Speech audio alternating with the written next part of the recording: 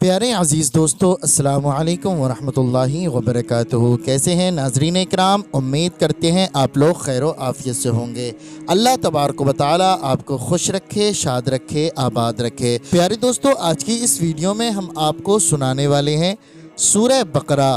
पढ़ने और सुनने के फ़ायदे। प्यारे दोस्तों, आप इस वीडियो को आखिर तक ज़रूर सुने और सूरह बकरा पढ़ने की फ़जीलत और सुनने की फ़जीलत आप ज़रूर जानकर जाइएगा। प्यारे दोस्तों, सूरह बकरा पढ़ने की बहुत ही ज़्यादा फ़जीलतें हैं, बेशुमार इसके फ़ायदे हैं। सूरह बकरा सबसे बड़ी सूरह है। प्यारे दोस्तों, अगर आप रोज़ाना सूरह बकरा की तिलावत अपने घर में कर लेते हैं, अपने दुकान में कर लेते हैं, अपने कारोबार में कर लेते हैं और अपने दिल में एक तमन्ना रख लेते हैं, तो इंशाअल्लाह तबारक व तआला वो तमन्ना आपकी पूरी हो जाएगी। आपके घर से तंगदस्ती ख़त्म हो जाती है, आपके घर से बेबरकती ख़त्म हो जाती है। या किसी ने आपके घर में काला जादू किया है, या कोई जिन जिन्नाती असर है, या कोई ऐसा इंसान जो परेशान है, बीमार है, अल्लाह तबारक व तआला उसे शिफा बख्श देगा। प्यारे दोस्तों, हमें और आपको चाहिए कि हम ज़्यादा से ज़्यादा नमाज़ों की पाबंदी करें और कुरान मजीद की तिलावत कर लें। प्यारे दोस्तों, सूरह बकरा ये एक ऐसी सूरह है जो आप रोज़ाना इसको पढ़ लेते हैं या फिर आप सुन लेते हैं तो आपकी तमाम बड़ी से बड़ी हाजत पूरी हो जाएगी, आपके कारोबार में बेइंतहा बरकत होगी और अल्लाह रब्बुल इज़्ज़त आपको गैबी ख़जानों से रिज़्क़ अता फरमाएगा। प्यारे दोस्तों, सूरह बकरा सुनाने से पहले हम आपको सूरह बकरा की चंद फजीलतें बता देते हैं। हज़रत अब्दुल्ला बिन अब्बास रज़ियल्लाहु ताला अन्हुमा के फरमान के मुताबिक मदीना मुनव्वरा में सबसे पहले यही सूरह बकरा नाजिल हुई है। प्यारे दोस्तों, इस सूरत में 40 रुकू और 286 आयतें हैं। अहादीस में इस सूरत के बेशुमार फ़ज़ाइल बयान किए गए हैं। इनमें से 5 फ़ज़ाइल दर्ज हैं, हम आपको बताते हैं। नंबर 1, हज़रत अबू उमामा बाहिली रज़ियल्लाहु ताला अन्हु से रिवायत है कि नबी करीम सल्लल्लाहु ताला अलैहि वसल्लम ने इरशाद फरमाया, कुरान पाक की तिलावत किया करो क्योंकि वो क़यामत के दिन अपनी तिलावत करने वालों की शफाअत करेगा। और 2 रोशन सूरतें यानी सूरह बकरा और सूरह आले इमरान पढ़ा करो क्योंकि ये दोनों क़यामत के दिन इस तरह आएंगी जिस तरह 2 बादल हों या 2 साहिबान हों या 2 उड़ते हुए परिंदों की कतारें हों, और ये दोनों सूरतें अपने पढ़ने वालों को शफाअत करेंगी। सूरह बकरा पढ़ा करो क्योंकि इसके पढ़ते रहने में बरकत है और ना पढ़ने में सवाब से महरूम रह जाने पर हसरत है और जादूगर उसका मुकाबला करने की ताकत नहीं रखते। नंबर 2, हज़रत अबू हुरैरा रज़ियल्लाहु ताला अन्हु से रिवायत है कि हुज़ूर पुरनूर सल्लल्लाहु ताला अलैहि वसल्लम ने इरशाद फरमाया, अपने घरों को कब्रिस्तान ना बनाओ, यानी अपने घरों में इबादत किया करो और शैतान उस घर से भागता है जिस घर में सूरह बकरा की तिलावत की जाती है। नंबर 3, हज़रत अबू मसऊद रज़ियल्लाहु ताला अन्हु से रिवायत है, सरकारे दो आलम सल्लल्लाहु ताला अलैहि वसल्लम ने इरशाद फरमाया, जो शख्स रात को सूरह बकरा की आखिरी 2 आयतें पढ़ लेगा तो वो उसे नागहानी मसाइब से काफ़ी होंगे। नंबर 4, हज़रत अबू हुरैरा रज़ियल्लाहु ताला अन्हु से रिवायत है, हुज़ूर अक़दस सल्लल्लाहु ताला अलैहि वसल्लम ने इरशाद फरमाया, हर चीज़ की एक बुलंदी है और कुरान की बुलंदी सूरह बकरा है। इसमें एक आयत है जो कुरान की तमाम आयतों की सरदार है और वो आयत आयतुल कुर्सी है। नंबर 5, हज़रत सहल बिन साद सादी रज़ियल्लाहु ताला अन्हु से रिवायत है, हुज़ूर अनवर सल्लल्लाहु ताला अलैहि वसल्लम ने इरशाद फरमाया, जिसने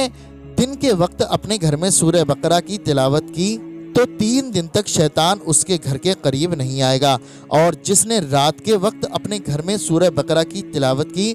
तो 3 रातें उस घर में शैतान दाखिल नहीं हो सकता। प्यारे दोस्तों, अब आप सोचते होंगे कि यहाँ बात चल रही है तिलावत करने की यानी कि पढ़ने की, हम क्या करें, हम तो पढ़ना आता ही नहीं। लेकिन आप बिल्कुल भी मायूस ना हो, आप बिल्कुल भी परेशान ना हो, क्योंकि अल्लाह तबारक व तआला जितना सवाब कुरान मजीद पढ़ने में आता फरमाता है उतना ही सवाब कुरान मजीद सुनने में आता फरमाता है। तो अगर आप पढ़ना जानते हैं पढ़ लीजिए, अगर आप पढ़ना नहीं जानते हैं तो सिर्फ आप इसको सुनते रहिए। दिल में एक हाजत रखें, एक तमन्ना रखें कि मैं फ़ला परेशानी को दूर करने के लिए इसको सुन रहा हूँ। इंशाअल्लाह तबारक व तआला आपकी वो हाजत भी पूरी होगी और अल्लाह रब्बुल इज़्ज़त उतना ही सवाब आपको अता फरमाएगा जितना कि कुरान मजीद पढ़ने वाले को अता फरमाता है। तो प्यारे दोस्तों, मैं आपसे गुजारिश करता हूं कि आप अपनी ज़िंदगी में एक बार ज़रूर पढ़ लें। अगर आप रोज़ाना पढ़ना जानते हैं तो रोज़ाना पढ़ लीजिए, अगर आप पढ़ना नहीं जानते हैं तो सिर्फ आप सुन लीजिए।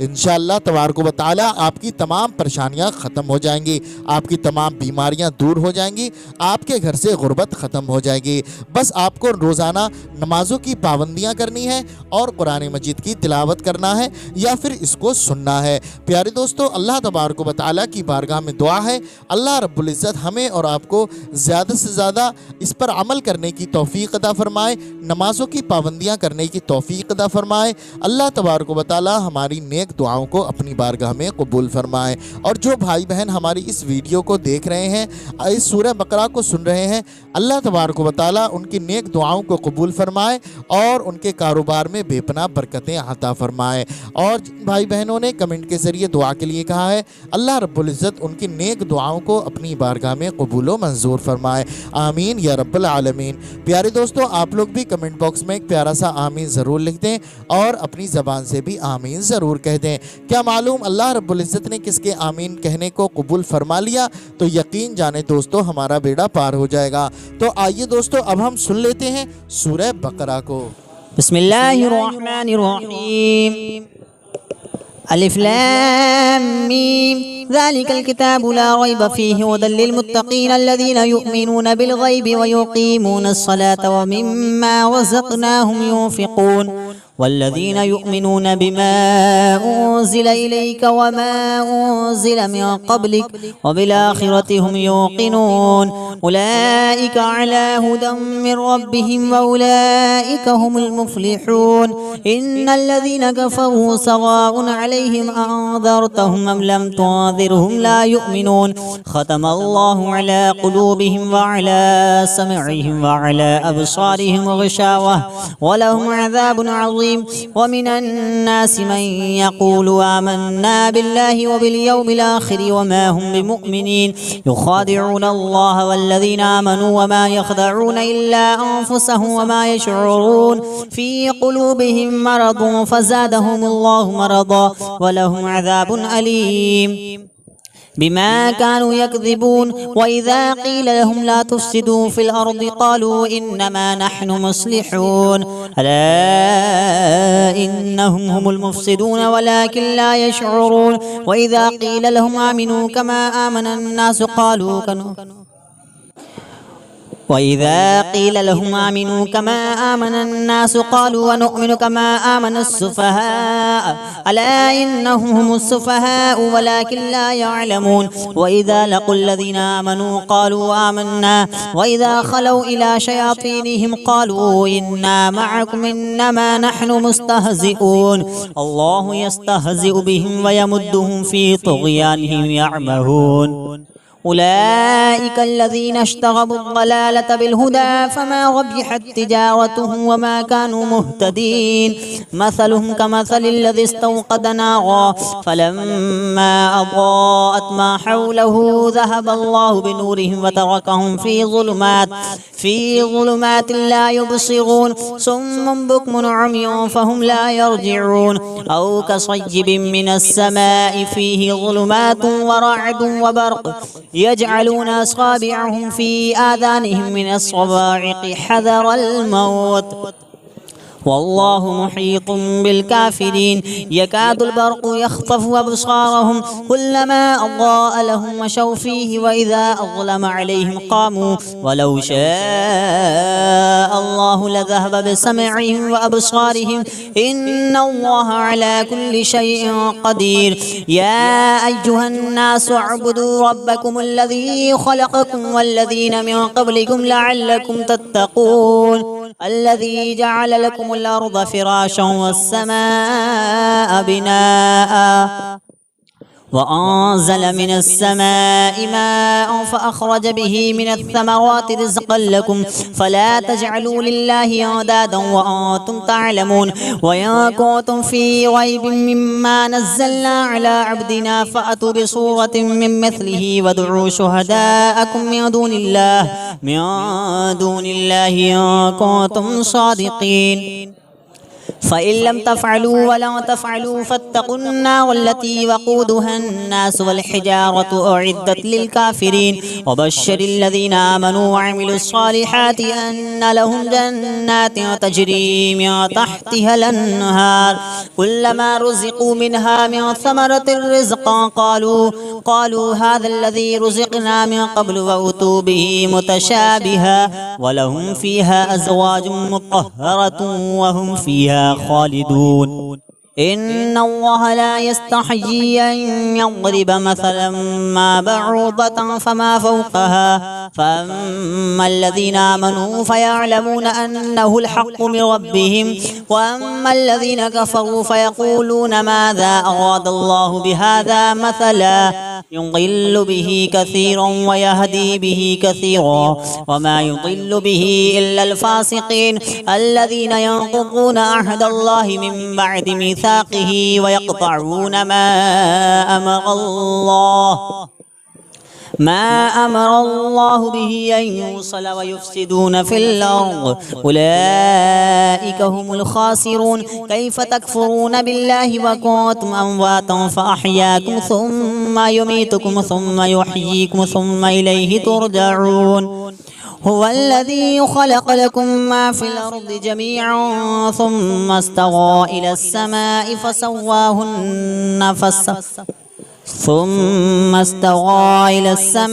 فسواهن سبع سماوات وهو بكل شيء عليم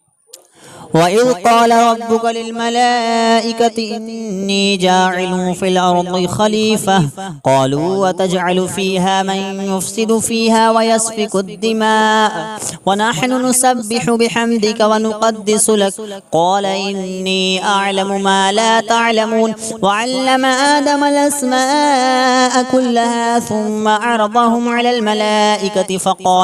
فقال أنبئوني بأسماء هؤلاء إن كنتم صادقين قالوا سبحانك لا علم لنا إلا ما علمتنا إنك أنت العليم الحكيم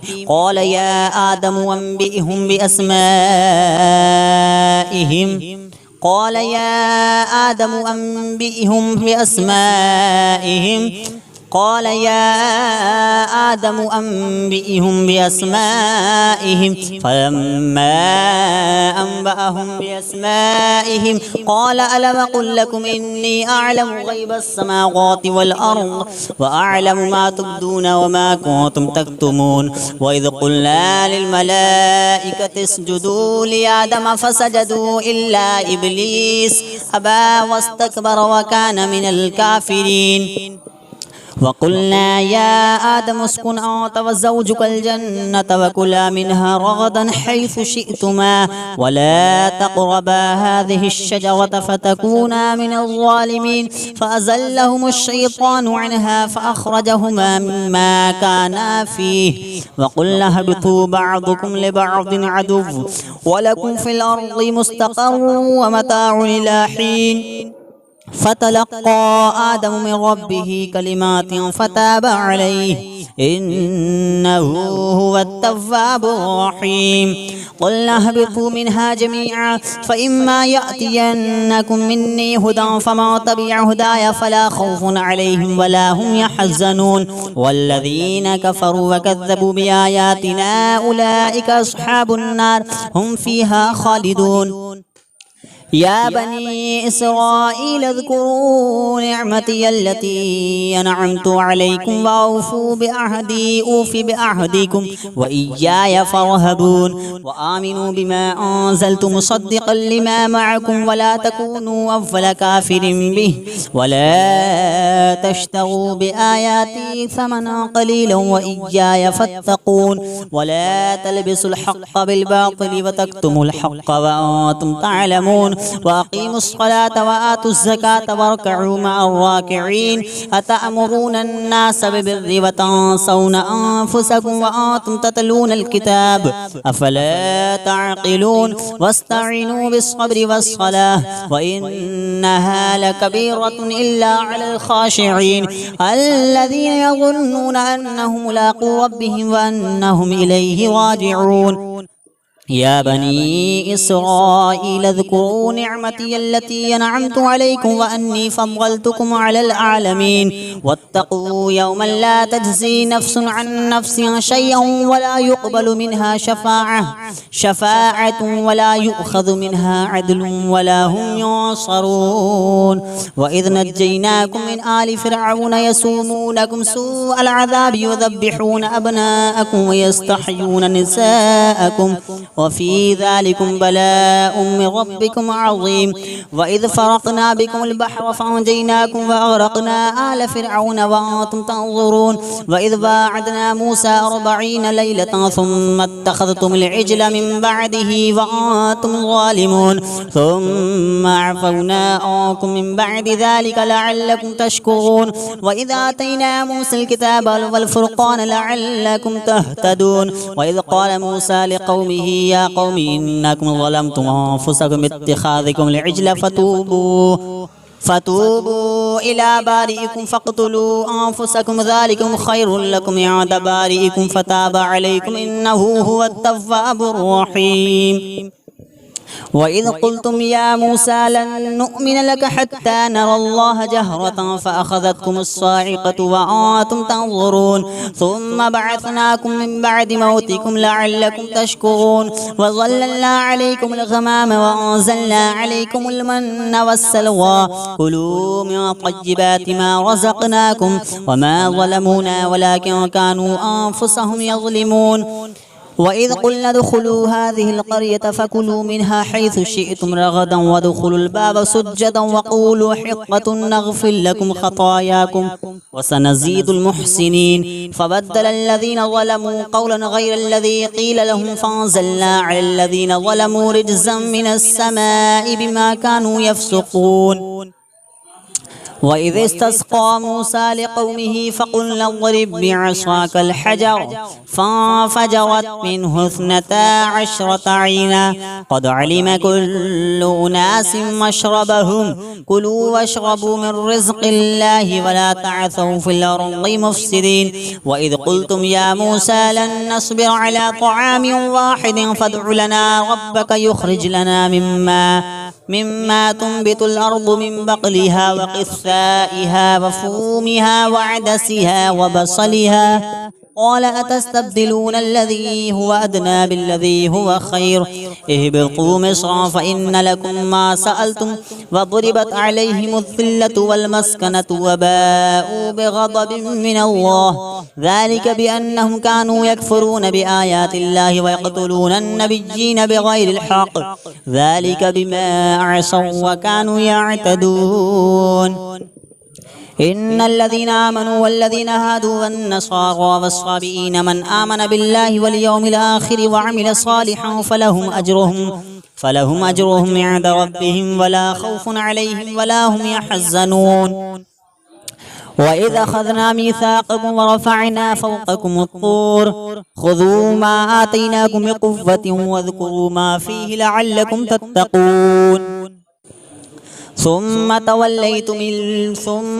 توليتم من بعد ذلك فلولا فضل الله عليكم ورحمته لكنتم من الخاسرين ولقد علمتم الذين اعتدوا منكم في السبت فقلنا لهم كونوا قردة خاسئين فجعلناها نكالا لما بين يديها وما خلفها وموعظة للمتقين وإذ قال موسى لقومه إن الله يأمركم أن تذبحوا البقرة قالوا وتتخذنا هزوا قال أعوذ بالله أن أكون من الجاهلين قال ادع لنا ربك يبين لنا ما هي قال إنه يقول إنها بقرة لا فارض ولا بكر عوان بين ذلك فافعلوا ما تؤمرون قالوا ادع لنا ربك يبين لنا ما لونها قال إنه يقول إنها بقرة صفراء فاقع لونها تسر الناظرين قالوا ادع لنا ربك يبين لنا ما هي إن البقرة شابه علينا وإنا إن شاء الله لمهتدون قال إنه يقول إنها بقرة لا ذلول تثير الأرض ولا تسقي الحرث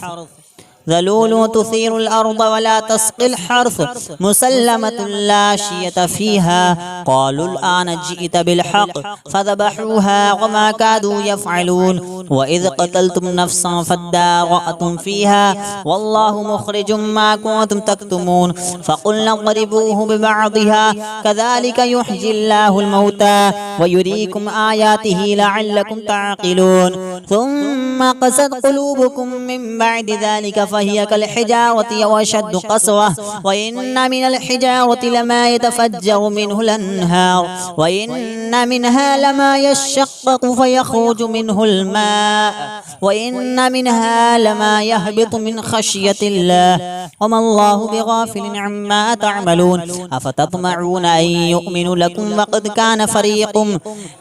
وقد كان فريق منهم يسمعون كلام الله ثم يحرفونه من بعد ما عقلوه وهم يعلمون وإذا لقوا الذين آمنوا قالوا آمنا وإذا خلا بعضهم إلى بعض قالوا أتحدثونهم بما فتح الله عليكم ليحاجوكم به عند ربكم أفلا تعقلون أفلا يعلمون أن الله يعلم ما يسرون وما يعلنون ومنهم أميون لا يعلمون الكتاب إلا أماني وإنهم إلا يظنون فويل للذين يكتبون الكتاب بأيديهم ثم يقولون هذا من عند الله ليشتروا به ثمنا قليلا فويل لهم مما كتبت أيديهم وويل لهم مما يكسبون وقالوا لا تمسنا النار إلا أياما معدودة قل اتخذتم عند الله عهدا فلن يخلف الله عهده أم تقولون على الله ما لا تعلمون بلى ما كسب سيئة وأحاطت به خطيئته فأولئك أصحاب النار هم فيها خالدون والذين آمنوا وعملوا الصالحات أولئك أصحاب الجنة هم فيها خالدون وإذا أخذنا ميثاق بني إسرائيل لا تعبدون إلا الله وبالوالدين إحسانا وذي القربى واليتامى والمساكين وقولوا للناس حسنا وأقيموا الصلاة وآتوا الزكاة ثم توليتم إلا قليلا منكم وأنتم معرضون وإذا أخذنا ميثاقكم لا تسفكون دماءكم ولا تخرجون أنفسكم من دياركم ثم أقررتم وأنتم تشهدون ثم أنتم هؤلاء تقتلون أنفسكم وتخرجون فريقا منكم من ديارهم تظاهرون عليهم بالإثم والعدوان وإن يأتوكم سارى تفادوهم وهو محرم عليكم إخراجهم أفتؤمنون ببعض الكتاب وتكفرون ببعض فما جزاء من يفعل ذلك منكم إلا خزي في الحياة الدنيا ويوم القيامة يردون إلى أشد العذاب وما الله بغافل عما تعملون أولئك الذين اشتروا الحياة الدنيا بالآخرة فلا يخفف عنهم العذاب ولا هم ينصرون ولقد آتينا موسى الكتاب وقفينا من بعده بالرسل وآتينا عيسى ابن مريم البينات وأيدناه بروح القدس أفكلما جاءكم رسول بما لا تهوى أنفسكم استكبرتم ففريقا كذبتم وفريقا تقتلون وقالوا قلوبنا غلف بل لعنهم الله بكفرهم فقليلا ما يؤمنون ولما جاءهم كتاب من عند الله مصدق لما معهم وكانوا من قبل يستفتحون على الذين كفروا فلما جاءهم ما عرفوا كفروا به فلعنة الله على الكافرين بئس ما اشتروا به أنفسهم أن يكفروا بما أنزل الله بغيا أن ينزل الله من فضله على من يشاء من عباده فباءوا بغضب على غضب وللكافرين عذاب مهين. وإذا قيل لهم آمنوا بما أنزل الله قالوا نؤمن بما أنزل علينا ويكفرون بما وراءه وهو الحق مصدقا لما معهم قل فلم تقتلون أنبياء الله من قبل إن كنتم مؤمنين ولقد جاءكم موسى بالبينات ثم اتخذتم العجل من بعده وأنتم ظالمون. وإذا أخذنا ميثاقكم ورفعنا فوقكم الطور خذوا ما آتيناكم بقوة واسمعوا قالوا سمعنا وعصينا وأشربوا في قلوبهم العجل بكفرهم قل بئس ما يأمركم به إيمانكم إن كنتم مؤمنين. قل إن كانت لكم الدار الآخرة عند الله خالصة من دون الناس فتمنوا الموت إن كنتم صادقين ولن يتمنوه أبدا بما قدمت أيديهم والله عليم بالظالمين. ولتجدنه أحرص الناس على حياة ومن الذين أشركوا يود أحدهم لو يعمر 1000 سنة وما هو بمزحزحه من العذاب أن يعمر والله بصير بما يعملون. قل ما كان عدوا لجبريل فإنه نزله على قلبك بإذن الله مصدقا لما بين يديه وهدى وبشرى للمؤمنين. ما كان عدوا لله وملائكته ورسله وجبريل وميكال فإن الله عدو للكافرين. ولقد أنزلنا إليك آيات بينات وما يكفر بها إلا الفاسقون أفكلما عاهدوا أحدا نبذه فريق منهم بل أكثرهم لا يؤمنون. ولما جاءهم رسول من عند الله مصدق لما معهم نبذ فريق من الذين أوتوا كتاب الله وراء ظهورهم كأنهم لا يعلمون. واتبعوا ما تتلو الشياطين على ملك سليمان وما كفر سليمان ولكن الشياطين كفروا يعلمون الناس السحر وما أنزل على الملكين ببابل هاروت وماروت وما يعلمان من أحد حتى يقولا إنما نحن فتنة فلا تكفر فيتعلمون منهما ما يفرقون به بين المرء وزوجه وما هم ضارين به من أحد إلا بإذن الله ويتعلمون ما يضرهم ولا ينفعهم ولقد علموا لمن اشتراه ما له في الآخرة من خلاق ولبئس ما شروا به أنفسهم لو كانوا يعلمون. ولو أنهم آمنوا واتقوا لمثوبة من عند الله خير لو كانوا يعلمون. يا أيها الذين آمنوا لا تقولوا راعنا وقولوا انظرنا واسمعوا وللكافرين عذاب أليم. ما يود الذين كفروا من أهل الكتاب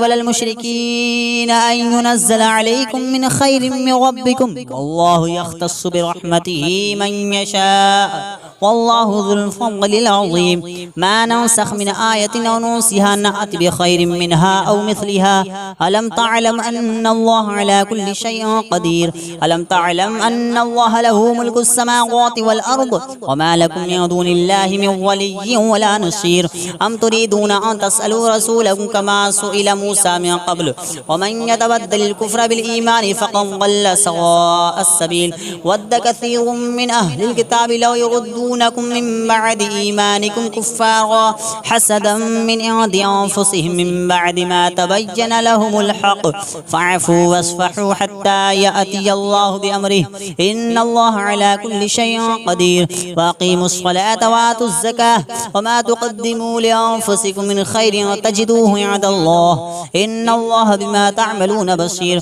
فقالوا لن يدخل الجنة إلا من كان هودا ونصارى تلك أمانيهم قل هاتوا برهانكم إن كنتم صادقين. بلى من أسلم وجهه لله وهو محسن فله أجره عند ربه ولا خوف عليهم ولا هم يحزنون. وقالت اليهود ليست النصارى على شيء وقالت النصارى ليست اليهود على شيء وهم يتلون الكتاب كذلك قال الذين لا يعلمون مثل قولهم فالله يحكم بينهم يوم القيامة فيما كانوا فيه يختلفون ومن أظلم ممن منع مساجد الله أن يذكر فيها اسمه وسعى في خرابها أولئك ما كان لهم أن يدخلوها إلا خائفين لهم في الدنيا خزي ولهم عذاب عظيم ولهم في الدنيا خزي ولهم في الآخرة عذاب عظيم ولله المشرق والمغرب فأينما تولوا فثم وجه الله إن الله واسع عليم وقالوا اتخذ الله ولدا سبحانه بل له ما في السماوات والأرض كل له قانتون بديع السماوات والأرض وإذا قضى أمرا فإنما يقول له كن فيكون وقال الذين لا يعلمون لولا يكلمون الله أو تأتينا آية كذلك قال الذين من قبلهم مثل قولهم تشابهت قلوبهم قد بينا الآيات لقوم يوقنون إنا أرسلناك بالحق بشيرا ونذيرا ولا تسأل عن أصحاب الجحيم ولن ترضى عنك اليهود ولا النصارى حتى تتبع ملتهم قل إن هدى الله هو الهدى ولئن اتبعت أهواءهم بعد الذي جاءك من علم ما لك من الله من ولي ولا نصير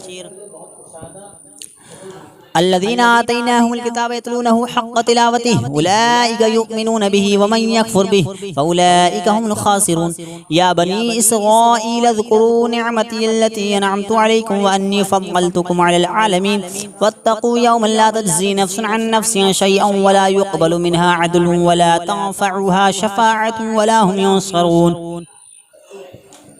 وإذ ابتلى إبراهيم ربه بكلمات فأتمهن قال إني جاعلك للناس إماما قال ومن ذريتي قال لا ينال العهد الظالمين وإذ جعلنا البيت مثابة للناس وأمنا واتخذوا من مقام إبراهيم مصلى وعهدنا إلى إبراهيم وإسماعيل أن طهرا بيتي للطائفين والعاكفين والركع السجود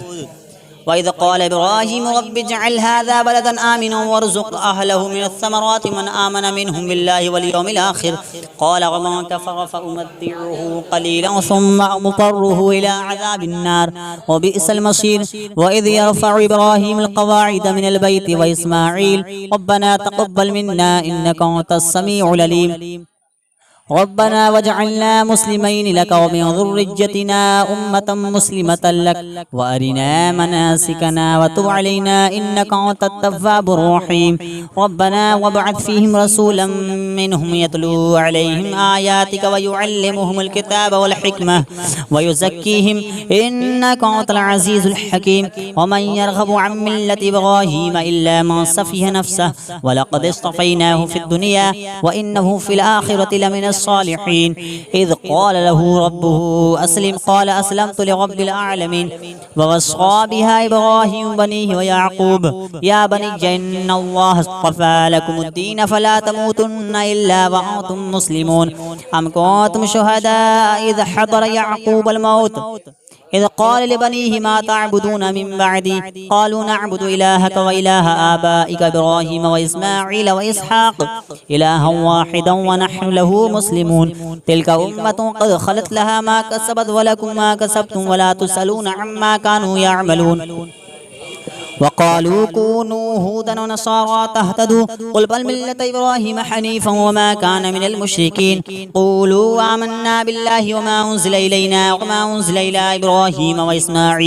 وإسماعيل وإسحاق ويعقوب والأسباط وما أوتي موسى وعيسى وما أوتي النبيون من ربهم لا نفرق بين أحد منهم ونحن له مسلمون فإن آمنوا بمثل ما آمنت به فقد اهتدوا وإن تولوا فإنما عليك البلاغ وإن تولوا فإنما هم في شقاق فسيكفيكهم الله وهو السميع العليم صبغة الله ومن أحسن من الله صبغة ونحن له عابدون قل تحاجوننا في الله وهو ربنا وربكم ولنا أعمالنا ولكم أعمالكم ونحن له مخلصون أم تقولون إن إبراهيم وإسماعيل وإسحاق ويعقوب والأسباط كانوا هودا أو نصارى قل أأنتم أعلم أم الله ومن أظلم مما كتم الشهادة عنده من الله وما الله بغافل عما تعملون تلك أمة قد خلت لها ما كسبت ولكم ما كسبتم ولا تسألون عما كانوا يعملون سيقول السفهاء من الناس ما ولاهم عن قبلتهم التي كانوا عليها قل لله المشرق والمغرب يهدي من يشاء إلى صراط مستقيم وكذلك جعلناكم أمة وسطا لتكونوا شهداء على الناس ويكون الرسول عليكم شهيدا وما جعلنا القبلة التي كنت عليها إلا لنعلم من يتبع الرسول ممن ينقلب على عقبيه وإن كانت لكبيرة إلا على الذين هدى الله وما كان الله ليضيع إيمانكم إن الله بالناس لرؤوف رحيم قد نرى تقلب وجهك في السماء فلنولينك قبلة ترضاها فول وجهك شطر المسجد الحرام وحيث ما كنتم فولوا وجوهكم شطره وإن الذين أوتوا الكتاب ليعلمون أنه الحق من ربهم وما الله بغافل عما يعملون ولئن أتيت الذين أوتوا الكتاب بكل آية ما تبعوا قبلتك وما أنت بتابع قبلتهم وما بعضهم بتابع قبلة بعض ولئن اتبعت أهواءهم من بعد ما جاءك من العلم إنك إذا لمن الظالمين الذين آتيناهم الكتاب يعرفونه كما يعرفون أبناءهم وإن فريقا منهم ليكتمون الحق وهم يعلمون الحق من ربك فلا تكونن من الممترين ولكل وجهة هو موليها فاستبقوا الخيرات أينما تكونوا يأتي بكم الله جميعا إن الله على كل شيء قدير ومن حيث خرجت فول وجهك شطر المسجد الحرام وإنه للحق من ربك وما الله بغافل عما تعملون ومن حيث خرجت فول وجهك شطر المسجد الحرام وحيث ما كنتم فولوا وجوهكم شطره لئلا يكون للناس عليكم حجة إلا الذين ظلموا منهم فلا تخشوهم واخشوني وليتم نعمتي عليكم ولعلكم تهتدون كما أرسلنا فيكم رسولا منكم يتلو عليكم آياتنا ويزكيكم ويعلمكم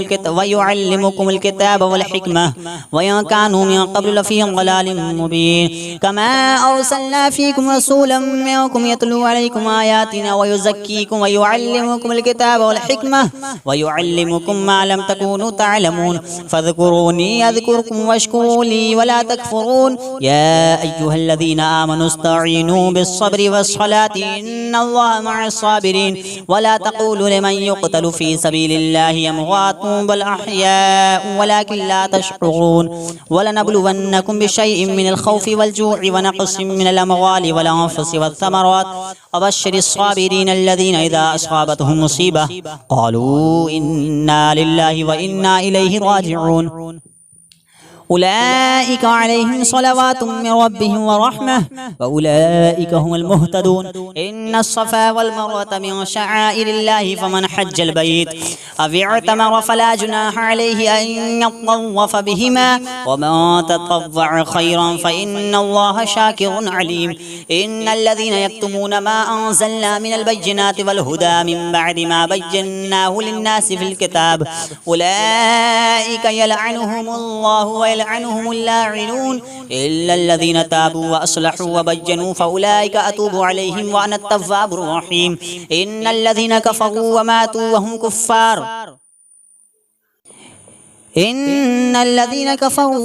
وهم كفار أولئك عليهم لعنة الله والملائكة والناس أجمعين خالدين فيها لا يخفف عنهم العذاب ولا هم ينظرون وإلهكم إله واحد لا إله إلا هو الرحمن الرحيم إن في خلق السماوات والأرض واختلاف الليل والنهار والفلك التي تجري في البحر بما ينفع الناس وما أنزل الله من السماء من ماء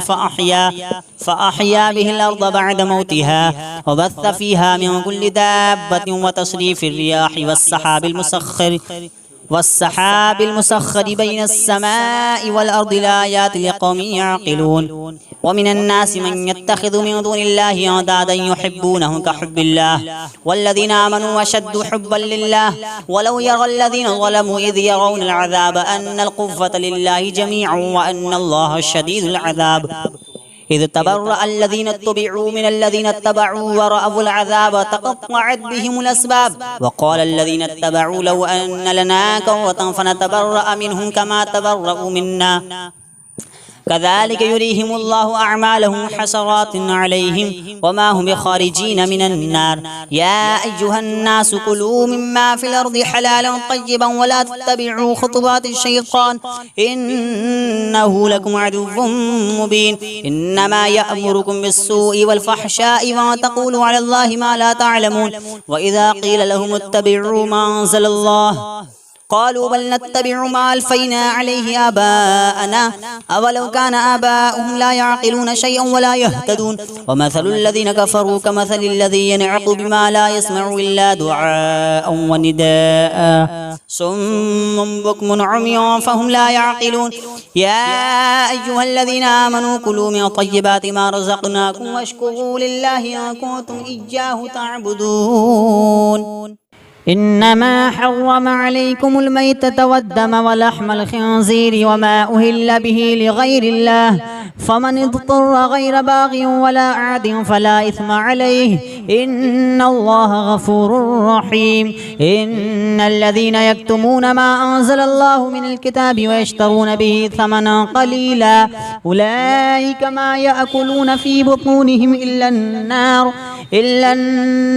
ولا يكلمهم الله يوم القيامة ولا يزكيهم ولهم عذاب أليم أولئك الذين اشتروا الضلالة بالهدى والعذاب بالمغفرة فما أصبرهم على النار ذلك بأن الله نزل الكتاب بالحق وإن الذين اختلفوا في الكتاب لفي شقاق بعيد ليس البر أن تولوا وجوهكم قبل المشرق والمغرب ولكن البر من آمن بالله واليوم الآخر والملائكة والكتاب والنبيين وآتى المال على حبه ذوي القربى واليتامى والمساكين وابن السبيل والسائلين وفي الرقاب وأقام الصلاة وآتى الزكاة والموفون بعهدهم إذا عاهدوا والصابرين في البأساء والضراء وحين البأس أولئك الذين صدقوا وأولئك هم المتقون يا أيها الذين آمنوا كتب عليكم القصاص في القتلى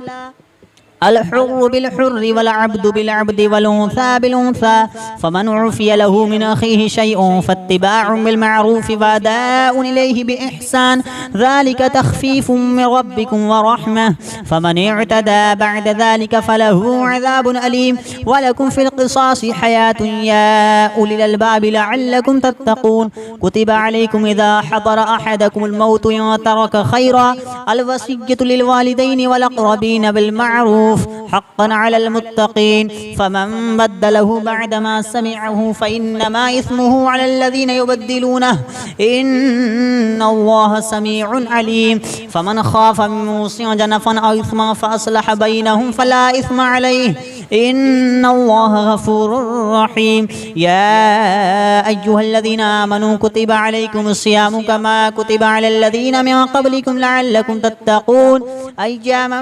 معدودات فمن كان منكم مريضا أو على سفر فعدة من أيام أخر وعلى الذين يطيقونه فدية طعام مسكين فمن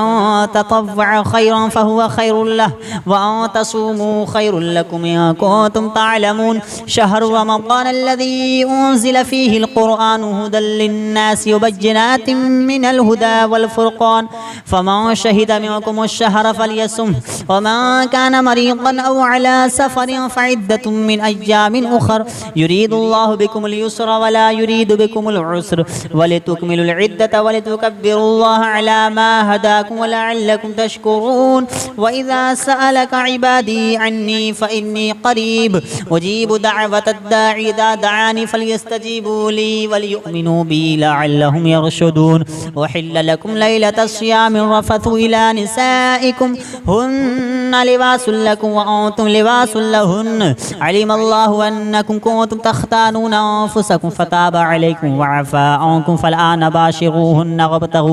وابتغوا ما كتب الله لكم وكلوا واشربوا حتى يتبين لكم الخيط الأبيض من الخيط الأسود من الفجر ثم أتموا الصيام إلى الليل ولا تباشروهن وأنتم عاكفون في المساجد تلك حدود الله فلا تقربوها كذلك يبين الله آياته للناس لعلهم يتقون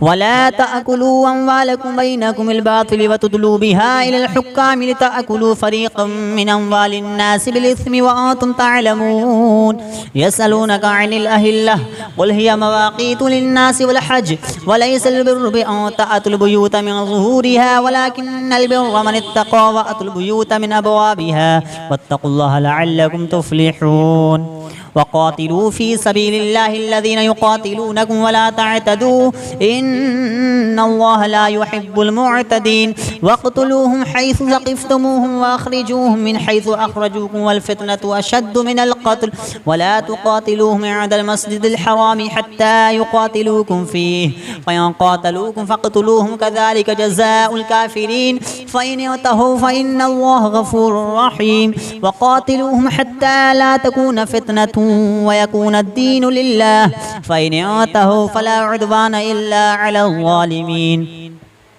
الشهر الحرام بالشهر الحرام والحرمات قصاص فمن اعتدى عليكم فاعتدوا عليه بمثل ما اعتدى عليكم واتقوا الله واعلموا أن الله مع المتقين وأنفقوا في سبيل الله ولا تلقوا بأيديكم إلى التهلكة وأحسنوا إن الله يحب المحسنين وأتموا الحج والعمرة لله فإن أحصرتم فما استيسر من الهدي ولا تحلقوا رؤوسكم حتى يبلغ الهدي محله فمن كان منكم مريضا أو به أذى من رأسه ففدية من صيام أو صدقة أو نسك فإذا أمنتم فمن تمتع بالعمرة إلى الحج فما استيسر من الهدي فمن لم يجد فصيام 3 أيام في الحج و7 إذا رجعتم تلك 10 كاملة ذلك لمن لم يكن أهله حاضر المسجد الحرام واتقوا الله واعلموا أن الله شديد العقاب الحج أشهر معلومات فمن فرض فيهن الحج فلا رفث ولا فسوق ولا جدال في الحج وما تفعلوا من خير يعلمه الله وتزودوا فإن خير الزاد التقوى واتقون يا أولي الألباب ليس عليكم جناح أن تبتغوا فضلا من ربكم فإذا أفضتم من عرفات فاذكروا الله كما ليس عليكم جناح أن تبتغوا فضلا من ربكم فإذا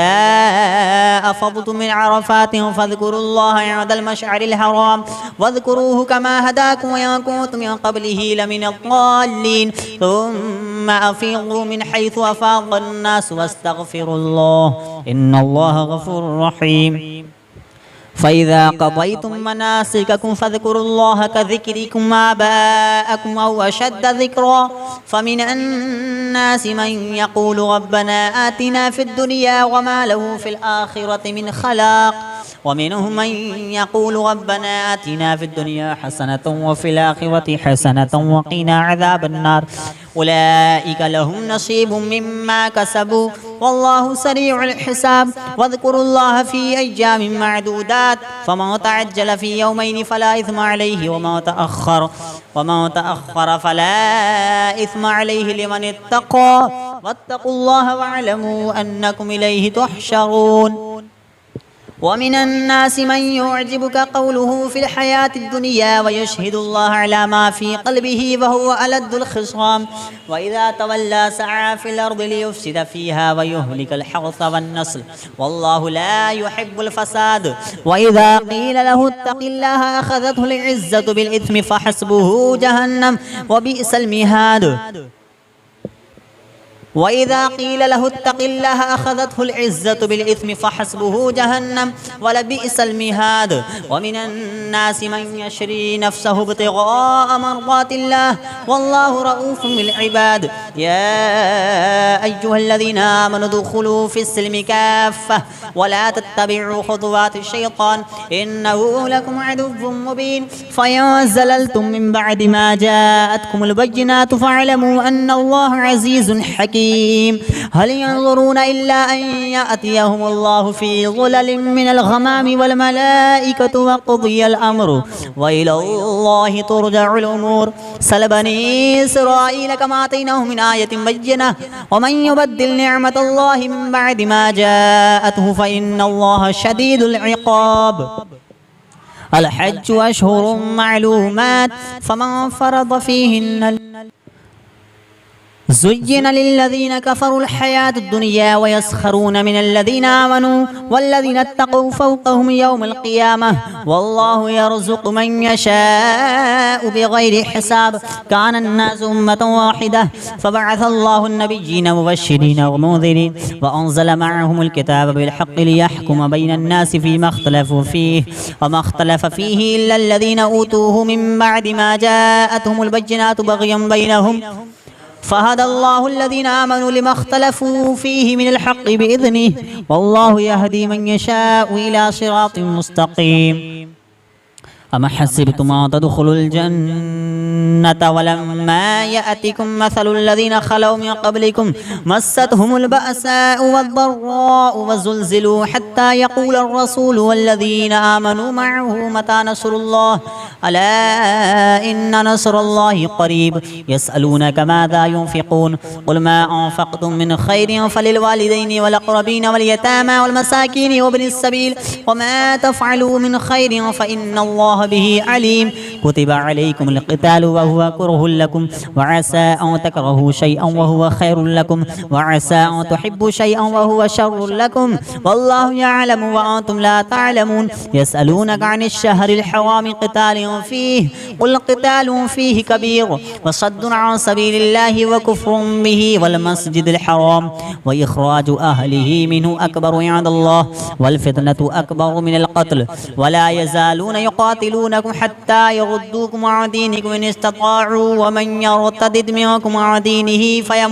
فيمت وهو كافر فأولئك حبطت أعمالهم في الدنيا والآخرة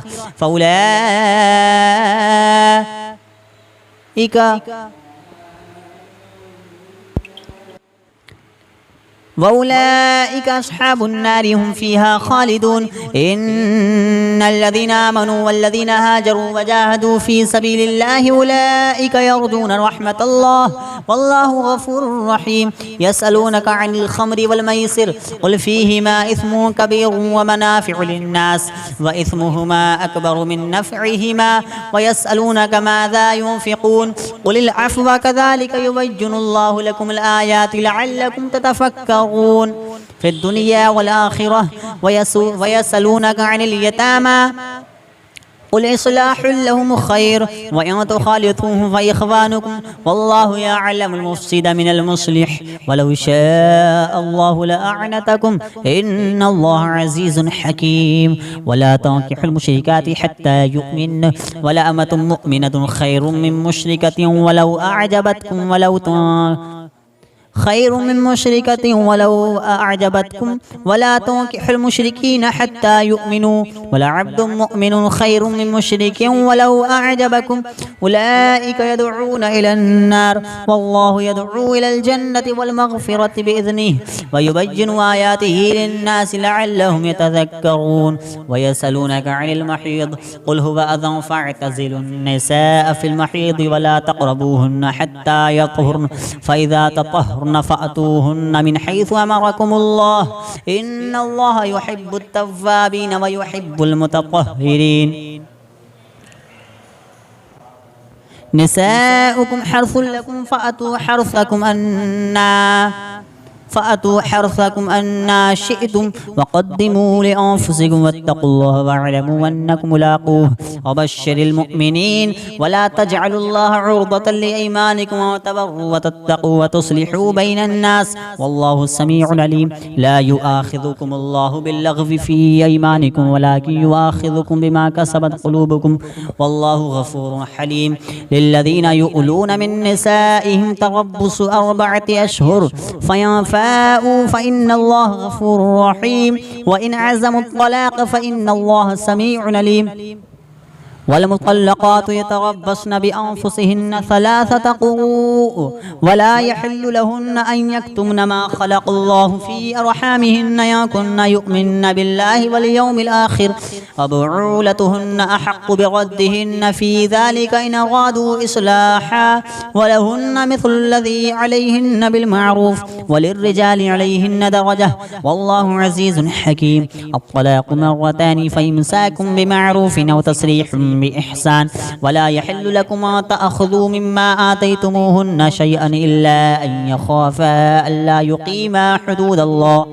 فإن خفتم ألا يقيما حدود الله فلا جناح عليهما فيما افتدت به تلك حدود الله فلا تعتدوها ومن يتعد حدود الله فأولئك هم الظالمون فإن طلقها فلا تحل له من بعد حتى تنكح زوجا غيره فإن طلقها فلا جناح عليهما أن يتراجعا إن ظنا أن يقيما حدود الله وتلك حدود الله يبينها لقوم يعلمون وإذا طلقتم النساء فبلغن أجلهن فأمسكوهن بمعروف أو سرحوهن بمعروف ولا تمسكوهن ضرارا لتعتدوا ومن يفعل ذلك فقد ظلم نفسه ولا تتخذوا آيات الله هزوا واذكروا نعمة الله عليكم وما أنزل عليكم من الكتاب والحكمة يعظكم به واتقوا الله واعلموا أن الله بكل شيء عليم وإذا طلقتم النساء فبلغن أجلهن فلا تعضلوهن أن ينكحن أزواجهن إذا تراضوا بينهم بالمعروف ذلك يوعظ به ما كان منكم يؤمن بالله واليوم الآخر ذلكم أزكى لكم وأطهر والله يعلم وأنتم لا تعلمون والوالدات يرضعن أولادهن حولين كاملين لمن أراد أن يتم الرضاعة وعلى المولود له رزقهن وكسوتهن بالمعروف لا تكلف نفس إلا وسعها لا تضار والدة بولدها ولا مولود له بولده وعلى الوارث مثل ذلك فإن أراد فصالا عن تراض منهما وتشاور فلا جناح عليهما وإن أردتم أن تسترضعوا أولادكم فلا جناح عليكم إذا سلمتم ما آتيتم بالمعروف واتقوا الله واعلموا أن الله بما تعملون بصير والذين يتوفون منكم ويذرون أزواجا يتربصن بأنفسهن 4 أشهر و10 فإذا بلغن أجلهن فلا جناح عليكم فيما فعلن في أنفسهن بالمعروف والله بما تعملون خبير ولا جناح عليكم فيما عرضتم به من خطبة النساء أو أكننتم في أنفسكم علم الله أنكم ستذكرونهن ولكن لا تواعدوهن سرا إلا أن تقولوا قولا معروفا ولا تعزموا عقدة النكاح حتى يبلغ الكتاب أجله واعلموا أن الله يعلم ما في أنفسكم فاحذروه واعلموا أن الله غفور حليم لا جناح عليكم إن طلقتم النساء ما لم تمسوهن أو تفرضوا لهن فريضة ومتعوهن على الموسع قدره وعلى المقتر قدره متاع بالمعروف حقا على المحسنين وإن طلقتموهن من قبل أن تمسوهن وقد فرضتم لهن فريضة فنصف ما فرضتم إلا أن يعفون أو يعفو الذي بيده عقدة النكاح وأن تعفوا أقرب للتقوى ولا تنسبوا الفضل بينكم إن الله بما تعملون بصير حافظوا على الصلوات والصلاة الوسطى وقوموا لله قانتين فإن خفتم فرجالا أو ركبانا فإذا أمنتم فاذكروا الله كما علمكم ما لم تكونوا تعلمون والذين يتوفون منكم ويذرون أزواجا وصية لأزواجهم متاعا إلى الحول غير إخراج فإن خرجن فلا جناح عليكم فيما فعلن في أنفسهن من معروف والله عزيز حكيم وللمطلقات متاع بالمعروف حقا على المتقين كذلك يبين الله لكم آياته لعلكم تعقلون ألم تر إلى الذين خرجوا من ديارهم وهم ألوف حذر الموت فقال لهم الله موتوا ثم أحياهم إن الله لذو فضل على الناس ولكن أكثر الناس لا يشكرون وقاتلوا في سبيل الله واعلموا أن الله سميع عليم من ذا الذي يقرض الله قرضا حسنا فيضاعفه له أضعافا كثيرة والله يقبض ويبسط وإليه ترجعون ألم تر إلى الملأ من بني إسرائيل من بعد موسى إذ قالوا لنبي لهم ابعث لنا ملكا نقاتل في سبيل الله قال هل عسيتم إن كتب عليكم القتال ألا تقاتلوا قالوا وما لنا ألا نقاتل في سبيل الله وقد أخرجنا من ديارنا وأبنائنا فلما كتب عليهم القتال تولوا إلا قليلا منهم والله عليم بالظالمين وقال له نبيهم إن الله قد بعث لهم طالوت ملكا قالوا أنى يكون له الملك علينا ونحن أحق بالملك منه ولم يؤت ساعة من المال قال إن الله اصطفاه عليكم وزاده بسطة في العلم والجسم والله يؤتي ملكه من يشاء والله واسع عليم وقال له نبيهم إن آية ملكه أن يأتيكم التابوت فيه سكينة من ربكم وبقية مما ترك آل موسى وآل هارون تحمله الملائكة إن في ذلك لآية لكم إن كنتم مؤمنين فلما فصل طالوت بالجنود قال إن الله مبتليكم بنهر فمن شرب منه فليس مني ومن لم يطعمه فإنه مني إلا من اغترف غرفة بيده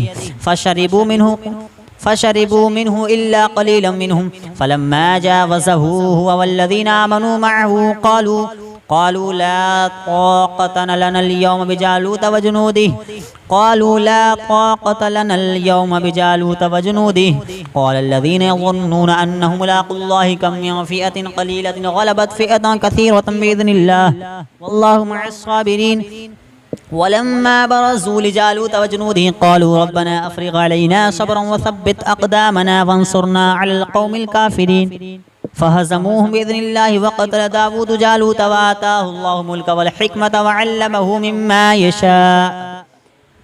ولولا دفع الله الناس بعضهم ببعض لفسدت الأرض ولكن الله ذو فضل على العالمين تلك آيات الله نتلوها عليك بالحق وإنك لمن المرسلين تلك الرسل فضلنا بعضهم على بعض منهم من كلم الله ورفع بعضهم درجات وآتينا عيسى ابن مريم البينات وأيدناه بروح القدس ولو شاء الله ما اقتتل الذين من بعدهم من بعد ما جاءتهم البينات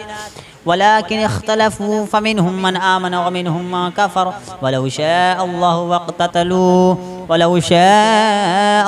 ما اقتتلوا ولكن الله يفعل ما يريد يا أيها الذين آمنوا أنفقوا مما رزقناكم من قبل أن يأتي يوم لا بيع فيه ولا خلة ولا شفاعة والكافرون هم الظالمون الله لا إله إلا هو الحي القيوم لا تأخذه سنة ولا نوم له ما في السماوات وما في الأرض ما ذا الذي يشفع عنده إلا بإذنه يعلم ما بين أيديهم وما خلفهم ولا يحيطون بشيء من علمه إلا بما شاء وسع كرسيه السماوات والأرض ولا يؤوده حفظهما وهو العلي العظيم لا إكراه في الدين قد تبين الرشد من الغي فمن يكفر بالطاغوت ويؤمن بالله فقد استمسك بالعروة الوثقى لا انفصام لها والله سميع عليم الله ولي الذين آمنوا يخرجهم من الظلمات إلى النور والذين كفروا أولياؤهم الطاغوت يخرجونهم من النور إلى الظلمات أولئك أصحاب النار هم فيها خالدون ألم تر إلى الذي حاج إبراهيم في ربه أن آتاه الله ملك إذ قال إبراهيم ربي الذي يحيي ويميت قال أنا أحيي وأميت قال إبراهيم فإن الله يأتي بالشمس من المشرق فأت بها من المغرب فبهت الذي كفر والله لا يهدي قوم الظالمين أو كالذي مر على قرية وهي خاوية على عروشها قال أنى يحيي هذه الله بعد موتها فأماته الله 100 عام ثم بعثه قال كم لبثت قال لبثت يوما أو بعض يوم قال بل لبثت 100 عام فانظر إلى طعامك وشرابك لم يتسنه وانظر إلى حمارك ولنجعلك آية للناس وانظر إلى العظام كيف ننشزها ثم نكسوها لحما فلما تبين له قال أعلم أن الله على كل شيء قدير وإذ قال إبراهيم رب أرني كيف تحيي الموتى قال أولم تؤمن قال بلى ولكن ليطمئن قلبي قال فخذ 4 من الطير فصرهن إليك ثم اجعل على كل جبل منهن جزءا ثم ادعهن يأتينك سعيا واعلم أن الله عزيز حكيم مثل الذين ينفقون أموالهم في سبيل الله كمثل حبة أنبتت 7 سنابل في كل سنبلة 100 حبة والله يضاعف لمن يشاء والله واسع عليم الذين ينفقون أموالهم في سبيل الله ثم لا يتبعون ما أنفقوا منا ولا أذى لهم أجرهم عند ربهم ولا خوف عليهم ولا هم يحزنون قول معروف ومغفرة خير من صدقة يتبعوها أذى والله غني حليم يا أيها الذين آمنوا لا تبطلوا صدقاتكم بالمن والأذى كالذي ينفق ماله رياء الناس ولا يؤمن بالله واليوم الآخر فمثله كمثل صفوان عليه تراب فأصابه وابل فتركه صلدا لا يقدرون على شيء مما كسبوا والله لا يهدي القوم الكافرين ومثل الذين ينفقون أموالهم ابتغاء مرضات الله وتثبيتا من أنفسهم كمثل جنة بربوة أصابها وابل فآتت أكلها ضعفين فإن لم يصبها وابل فقل والله بما تعملون بصير أيود أحدكم أن تكون له جنة من نخيل وأعناب وتجري من تحتها الأنهار له فيها من كل الثمرات وأصابه الكبر وله ذرية ضعفاء فأصابها إعصار فيه نار فاحترقت كذلك يبين الله لكم الآيات لعلكم تتفكرون يا أيها الذين آمنوا أنفقوا من طيبات ما كسبتم ومما أخرجنا لكم من الأرض ولا تيمموا الخبيث منه تنفقون ولستم بآخذيه إلا أن تغمضوا فيه واعلموا أن الله غني حميد الشيطان يعدكم الفقر ويأمركم بالفحشاء والله يعدكم مغفرة منه وفضلا والله واسع عليم يؤتي الحكمة من يشاء ومن يؤت الحكمة فقد أوتي خيرا كثيرا وما يذكر إلا أولو الألباب وما أنفقتم من نفقة ونذرتم من نذر فإن الله يعلمه وما للظالمين من أنصار إن تبدوا صدقات فنعما هي وإن تخفوها وتؤتوها الفقراء فهو خير لكم ويكفر عنكم من سيئاتكم والله بما تعملون خبير ليس عليك هداهم ولكن الله يهدي من يشاء وما تنفقوا من خير فلأنفسكم وما تنفقون إلا ابتغاء وجه الله وما تنفقوا من خير يوفى إليكم وأنتم لا تظلمون للفقراء الذين أحصروا في سبيل الله لا يستطيعون ضربا في الأرض يحسبهم الجاهل أغنياء من التعفف تعرفهم بسيماهم لا يسألون الناس إلحافا وما تنفقوا من خير فإن الله به عليم الذين ينفقون أموالهم في بالليل والنهار سرا وعلانية فلهم أجرهم عند ربهم ولا خوف عليهم ولا هم يحزنون الذين يأكلون الربا لا يقومون إلا كما يقوم الذي يتخبطه الشيطان من المس ذلك بأنهم قالوا إنما البيع مثل الربا وأحل الله البيع وحرم الربا فمن جاءه موعظة من ربه فانتهى فله ما سلف وأمره إلى الله ومن عاد فأولئك أصحاب النار هم فيها خالدون يمحق الله الربا ويربي الصدقات والله لا يحب كل كفار أثيم والله لا يحب كل كفار أثيم إن الذين آمنوا وعملوا الصالحات وأقاموا الصلاة وآتوا الزكاة لهم أجرهم عند ربهم ولا خوف عليهم ولا هم يحزنون يا أيها الذين آمنوا اتقوا الله وذروا ما بقي من ربا إن كنتم مؤمنين فإن لم تفعلوا فأذنوا بحرب من الله ورسوله وإن تبتم فلكم رؤوس أموالكم لا تظلمون ولا تظلمون وإن كان ذو عسرة فنظرة إلى ميسرة وأن تصدقوا خير لكم إن كنتم تعلمون واتقوا يوم ترجعون فيه إلى الله ثم توفى كل نفس ما كسبت وهم لا يظلمون يا أيها الذين آمنوا إذا تداينتم بدين إلى أجل مسمى فاكتبوه وليكتب بينكم كاتب بالعدل ولا يأب كاتب أن يكتب كما علمه الله فليكتب وليملل الذي عليه الحق وليتق الله ربه ولا يبخس منه شيئا فإن كان الذي عليه الحق سفيها أو ضعيفا أو لا يستطيع أن يمله فليملل وليه بالعدل واستشهدوا شهيدين من رجالكم فإن لم يكونا رجلين فرجل وامرأتان مما ترضون من الشهداء أن تضل إحداهما فتذكر إحداهما الأخرى ولا يأبى الشهداء إذا ما دعوا ولا تسأموا أن تكتبوه صغيرا أو كبيرا إلى أجله ذلكم أقسط عند الله وأقوم للشهادة وأدنى ألا ترتابوا إلا أن تكون تجارة حاضرة تديرونها بينكم فليس عليكم جناح ألا تكتبوها وأشهدوا إذا تبايعتم ولا يضار كاتب ولا شهيد وإن تفعلوا فإنه فسوق بكم واتقوا الله ويعلمكم الله والله بكل شيء عليم وإن كنتم على سفر ولم تجدوا كاتبا فرهان مقبوضة فإن أمن بعضكم بعضا فليؤدي الذي اؤتمن أمانته وليتق الله ربه ولا تكتموا الشهادة ومن يكتمها فإنه آثم قلبه والله بما تعملون عليم لله ما في السماوات وما في الأرض وإن تبدوا ما في أنفسكم أو تخفوه يحاسبكم به الله فيغفر لمن يشاء ويعذب من يشاء والله على كل شيء قدير آمن الرسول بما أنزل إليه من ربه والمؤمنون كلنا آمن بالله وملائكته وكتبه ورسله لا نفرق بين أحد من رسله وقالوا سمعنا وأطعنا غفرانك ربنا وإليك المصير لا يكلف الله نفسا إلا وسعها لها ما كسبت وعليها ما اكتسبت ربنا لا تؤاخذنا إن نسينا أو أخطأنا ربنا ولا تحمل علينا إصرا كما حملته على الذين من قبلنا ربنا ولا تحملنا ما لا طاقة لنا به واعف عنا واغفر لنا وارحمنا أنت مولانا فانصرنا على القوم الكافرين.